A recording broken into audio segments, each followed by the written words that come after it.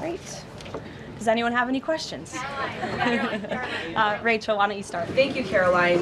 The president has been adamant that he is now in charge of Venezuela, but Delcy Rodriguez said the government of Venezuela runs her country, no one else, saying, quote, there's no external agent governing Venezuela. So which one is it? Let me just be very clear. This is the first time that I've addressed Venezuela from the podium since being back and since the historic and incredibly successful military operation, law enforcement operation conducted by our United States military that you all saw and the world witnessed last week. The skill, the might of the United States military and our country under the leadership of this president is on full display to the rest of the world. And let's just set the record straight. There isn't another military in the world who could have pulled off this operation. There is not another president in the world or in our nation's history who had the courage to authorize such a mission. And I think the world has taken notice that America is truly back. With respect to Venezuela, the Trump administration, led by Secretary Rubio, the vice president, and the president's entire national security team, is in close correspondence with the interim authorities in Venezuela. We obviously have maximum leverage over the interim authorities in Venezuela right now, and the president has made it very clear that this is a country within the United States, the Western Hemisphere, close by the United States, that is no longer going to be sending illegal drugs to the United States of America. It's no longer going to be sending and trafficking illegal people and criminal cartels to kill American citizens as they have in the past. And the president is fully deploying his peace through strength foreign policy agenda. So we're continuing to be in close coordination with the interim authorities, and their decisions are going to continue to be dictated by the United States of America. Just one follow-up when you talk about that leverage there. Has the Venezuelan government fully committed to turning over its oil to the United States indefinitely, and what happens if they do not? Well, as you saw, the president announced last night, this was a deal. This was a deal made by the president and his team with the Venezuelan interim authorities. This will benefit both the American people and the Venezuelan people. And Secretary Wright and the Department of Energy are working with the interim authorities and also with the private oil industry to execute on this historic energy deal. That's not only good for the United States, but it's also going to revive the prosperity, the safety, the security of both the United States and Venezuela as well. Ed. Following up on the oil part of this, the 30 to 50 million barrels of oil, how exactly is that going to work? You're getting it out of Venezuela into the United States? Yes. And then what? That's exactly right. So as you know, Ed, as the president announced last night, this was the sanctioned oil that was basically just sitting in barrels, sitting on ships because of the effective quarantine of the United States of America. And the interim authorities have agreed to release that oil to the United States, so it will be arriving here at home very soon. The United States government has already begun marketing Venezuelan crude oil in the global marketplace for the benefit of the United States, engaged the world's leading commodity marketers, key banks to execute and provide financial support for these crude oil and crude product sales. All proceeds from the sale of Venezuelan crude oil and products will first settle in U.S.-controlled accounts at globally recognized banks to guarantee the legitimacy and integrity of the ultimate distribution of proceeds, and those funds will be dispersed for the benefit of the American people and the Venezuelan people at the discretion of the United States government. It sounds like it requires a lot of private sector engagement and agreement from the oil industry and the banking industry. Do you have that yet? There's a lot of private sector engagement that's happening right now. As you know, Secretary Wright, our energy secretary who's heading up this big project, is in Florida today meeting with some of these oil executives. And as we confirmed earlier, they will also be at the White House later this week. So they are absolutely eager to invest. They're eager about these opportunities. And Secretary Wright is a very knowledgeable guy when it comes to oil and energy, and he's the perfect man for the job. Another corner of the world, Sure. real quick on Iran.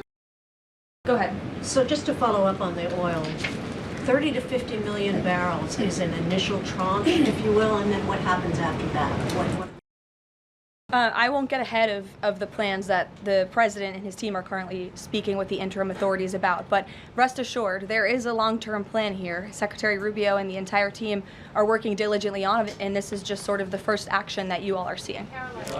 Ed. Thanks, Caroline. So in order to get these oil companies to invest billions in Venezuela, how will the U.S. reassure that their workers will be safe in Venezuela? Could there be troops involved? At this point in time, as you know, there are no troops on the ground in Venezuela. The president, of course, reserves the right to use the United States military if necessary. It's not something he wants to do. Diplomacy is always the first option, as you saw. He tried that with Nicolas Maduro, but unfortunately, he was an illegitimate dictator and an unserious person. And so President Trump authorized this law enforcement operation, and now Nicolas Maduro is sitting in a prison cell in New York. So certainly the president is going to do what's in the best interests of the American people, and that includes workers from our energy and oil industry as well.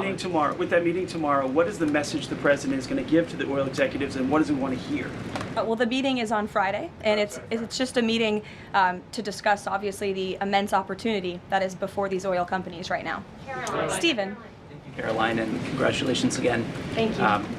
The New Yorker had a story yesterday on the vice president, and it questioned his, quote, notable absence on Venezuela.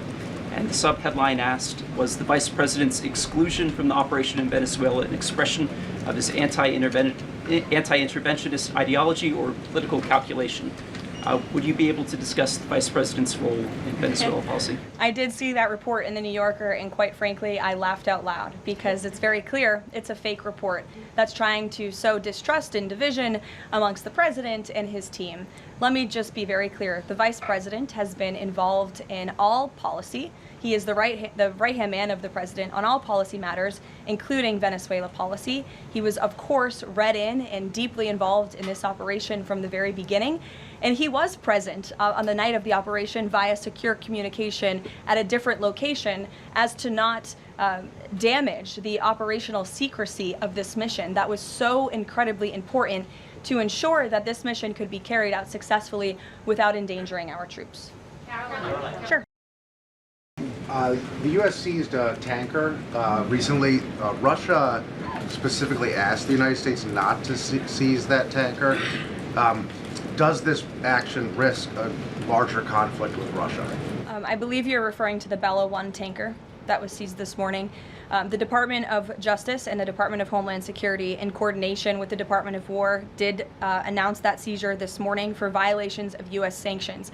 I've spoken about the enforcement of our sanctions policy at the podium prior to the new year, and this administration is going to fully enforce the sanction policy of the United States. The vessel this morning was seized in the North Atlantic pursuant to a warrant issued by a U.S. federal court after being tracked. And this was a Venezuelan shadow fleet vessel that has transported sanctioned oil. And the United States of America, under this president, is not going to tolerate that. I would also just add the vessel had a judicial seizure order and the crew, so that means the crew is now subject to prosecution for any applicable violation of federal law, and they will be brought to the United States for such prosecution if necessary. Kelly. Caroline, Happy New Year to you. Thank you. You too. I'd like to talk to you about a couple of things real quickly. The first question about the Venezuelan people. As you know, there's some 8 million Venezuelans here, some of them celebrating in the streets.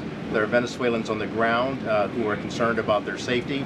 What does the Trump administration, what is it doing to actually help people in Venezuela understand that they will be secure throughout this transition? I think the fact that this president actually followed through on the long-held promise of the United States of America, the bipartisan promise to take down the illegitimate Maduro regime, should give assurance to the Venezuelan people and also Venezuelan Americans who fled this communist regime for a better life here at home, that this is a president who is serious about taking down illegitimate regimes and who is also serious about securing the security of the United States of America, including the Venezuelan American people. And I would just add that this is something that not just Republicans and President Trump have talked about for a very long time, but it is also something that Democrats have advocated for. In 2020, Chuck Schumer said that that at the time, President Trump had not brought an end to the Maduro regime. The Maduro regime is more powerful today and more entrenched today than it was when the president began. Now you hear Chuck Schumer out there saying this is reckless. The American people and the Venezuelan people should be in fear. But this is something that Chuck Schumer has long advocated for.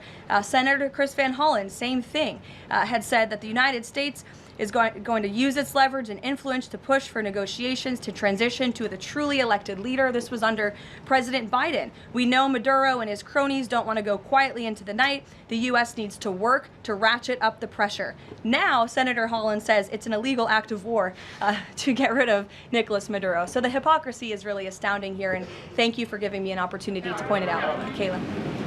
Sorry, go ahead. There are reports that the administration is demanding that Venezuela cut ties with China, Russia, Iran, and Cuba. Can you confirm? I'm sorry? Reports that the administration has essentially demanded that Venezuela cut ties with China, Russia, Iran, and Cuba. Can you confirm that?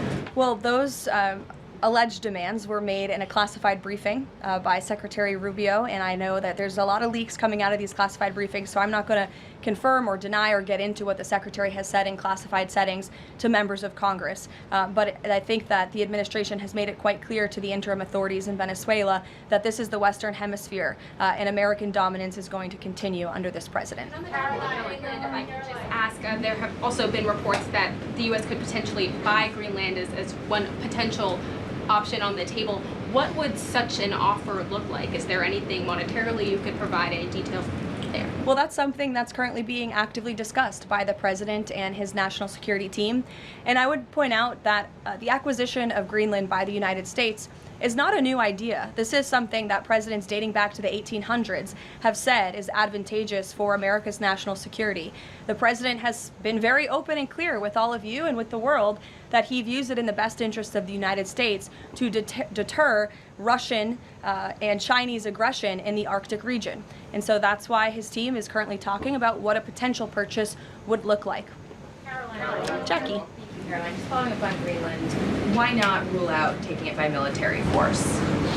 I know that past presidents and past leaders have often ruled things out. They've often been very open about ruling things in and basically broadcasting their foreign policy strategy to the rest of the world, not just to our allies, but most egregiously to our adversaries. That's not something this president does. All options are always on the table for President Trump as he examines what's in the best interests of the United States.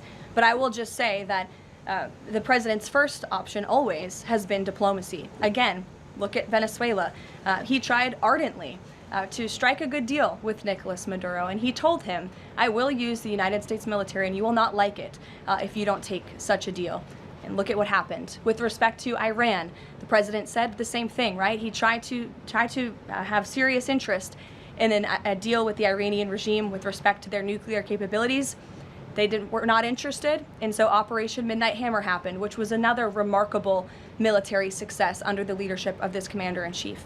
So the president keeps his options open, but diplomacy is always the first. Very quickly, just one additional follow-up on that. Does the president recognize Denmark's ownership as part of the kingdom?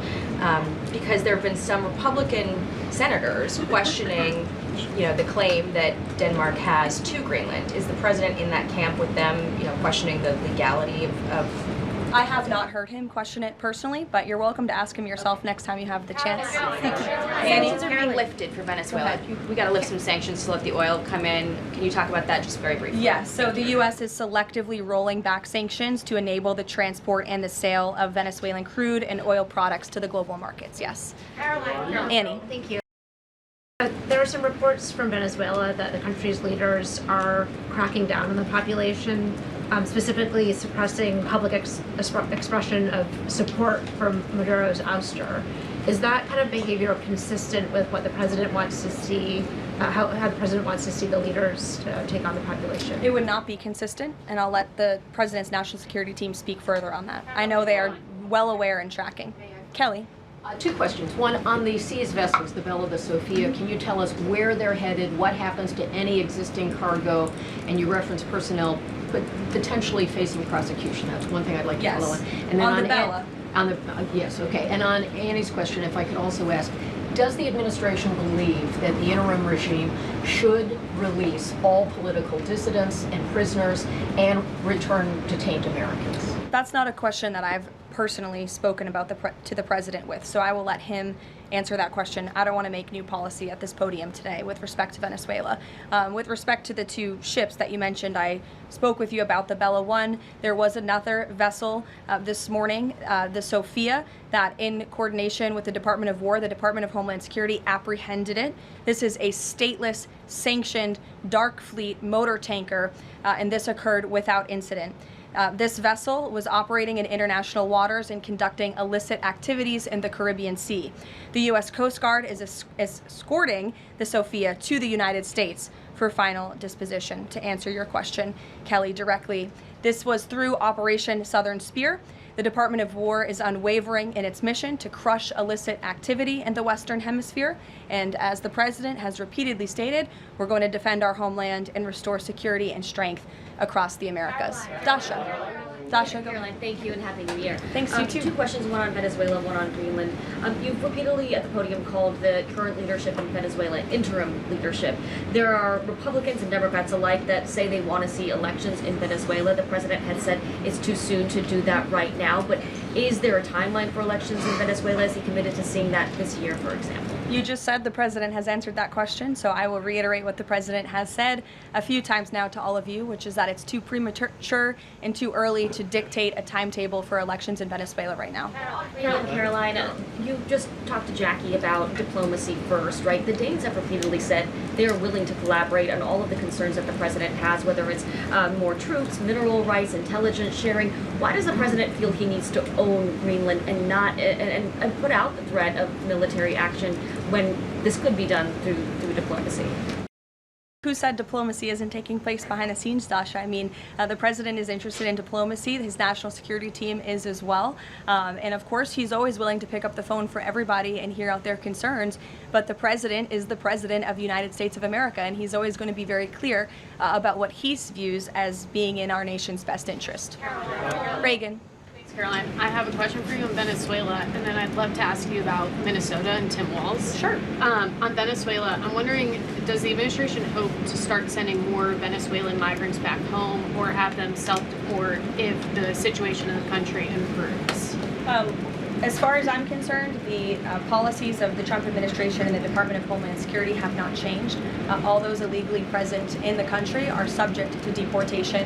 And I would just like to add, how we got here. The president was very clear on the campaign to the American public, and it's one of the many reasons they resoundingly reelected him back to this office, that he was not only going to crush foreign drug cartels, but that he was not going to stand by and watch as the illegitimate Venezuelan regime was sending illegal criminals and gang members and rapists and murderers to our country, which happened to the tune of thousands under the previous administration and president. And so there could be nothing more America first than this operation that took place last week. And I would just remind all of you in this room that there were innocent Americans like Jocelyn Nungare who lost their lives at the hands of dangerous Venezuelan criminals who were sent here by the Maduro regime. And that has been the president's North Star and guiding principle throughout his entire policy since January 20th. Tim Walz in Minnesota. Does the administration believe that Tim Walz potentially dropped out of the governor's race because he could be under criminal investigation? I don't know if there's a criminal investigation. If there was, I wouldn't be able to comment on it from up here, to be honest with you. But I think Tim Walz probably dropped out of the race because he realizes he no longer has the support of the people of his own state, which is a remarkable downfall considering he was the number 2 on the Democrat Party's ticket just about a year ago.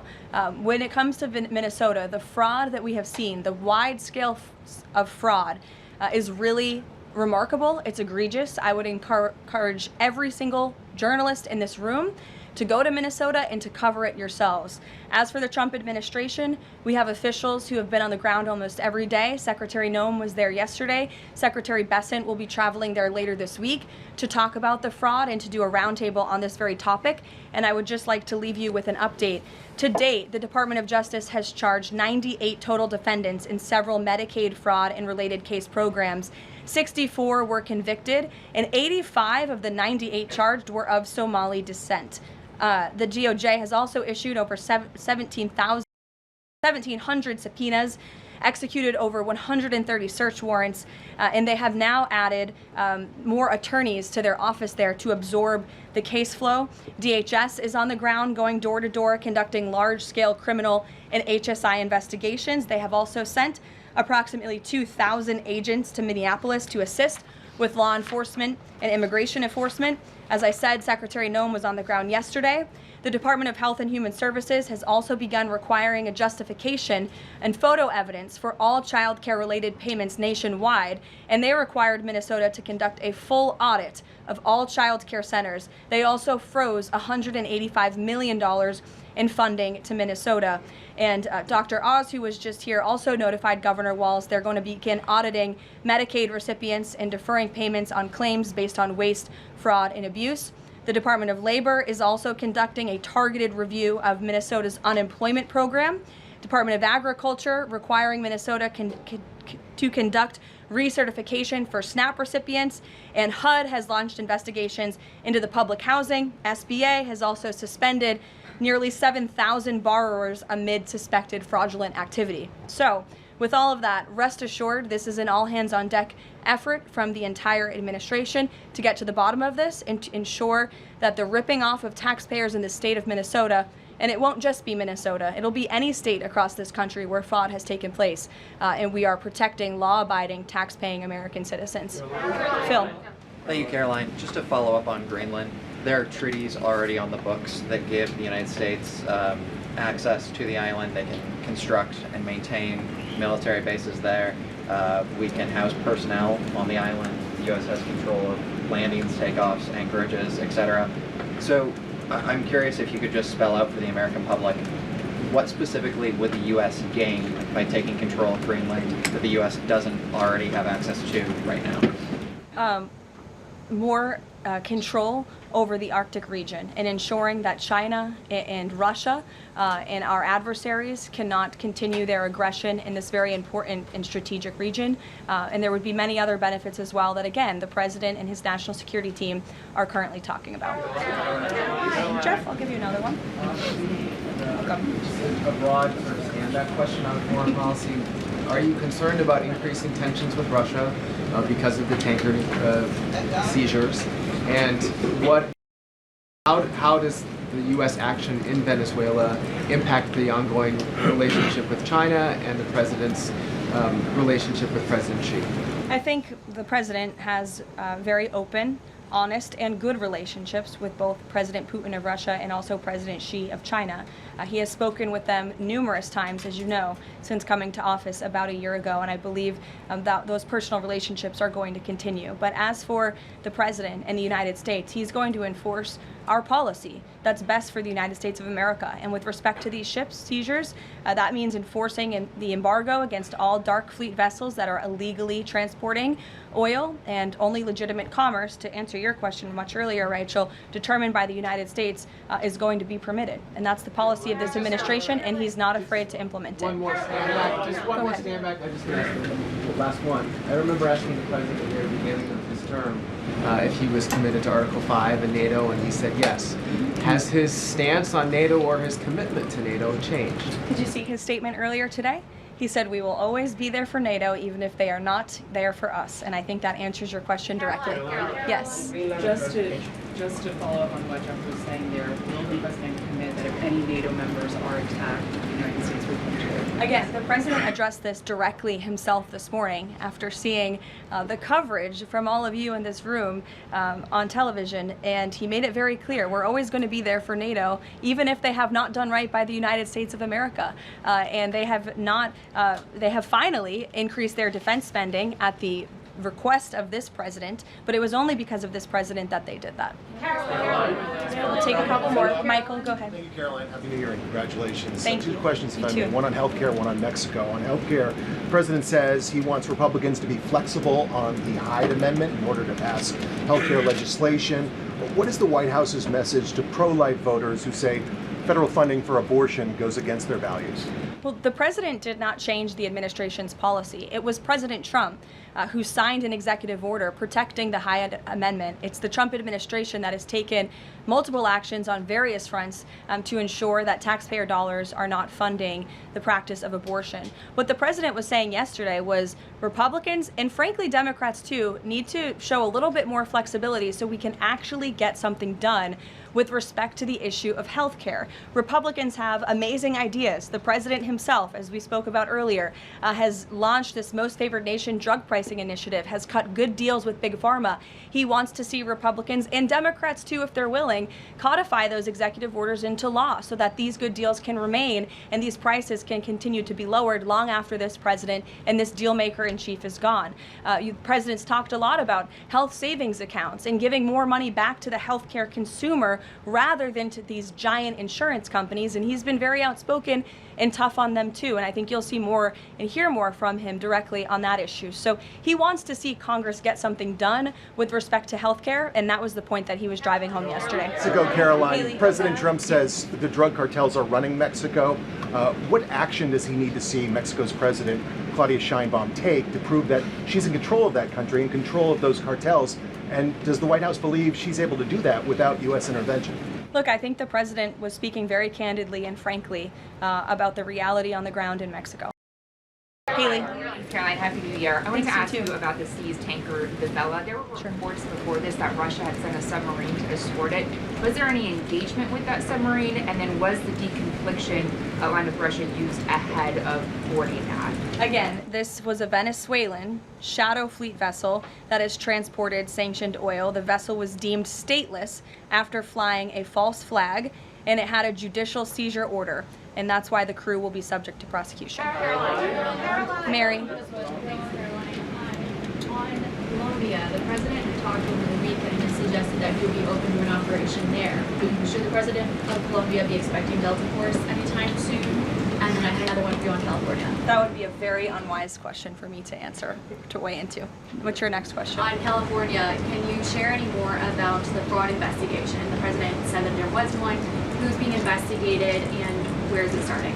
Again, this is going to be a all-hands-on-deck government-wide effort. The president has directed all agencies across the board to look at federal spending programs in not just Minnesota, but also in the state of California to identify fraud and to prosecute to the fullest extent of the law all those who have committed it. Take one more. Sure. Thank you. Caroline, yesterday was the 5-year anniversary of January 6th. Democrats and mainstream media continue to push their big lie that it was an insurrection and that police officers died that day. The reality is that 4 Trump supporters died on January 6th and 2 women were killed by January 6th police. Everybody knows Ashley Babbitt was shot in cold blood by Capitol Police Officer Michael Byrd, but there was another woman, her name was Roseanne Boylan from Georgia, and she was pepperballed, gassed, and ultimately brutally beaten with a stick by January 6th police officer Lila Morris. The Biden administration and mainstream media lied and told Americans Roseanne Boylan died of a drug overdose on Capitol steps. Her family is now asking for an investigation. Is the administration aware of the circumstances of her death, and will there be an investigation finally? Well, for an investigation, I will have to defer you to either the FBI or the Department of Justice, and I'm sorry to have to do that. But with respect to all of the facts that you just laid out, the White House relished the opportunity yesterday to actually create a new website to share the facts with the American public, but also all those in this room. We knew the media would be covering January 6th quite a bit because they think it's something that the American people are still believing their lies on. They think it's something that still helps their case against this president. Obviously not, or else he wouldn't have been reelected in an overwhelming fashion in November of last year. And so I would encourage everyone to take a look at the website. It's quite well done. And thank you all very much. It's great to be back with you. Thank you. Thank you, Caroline.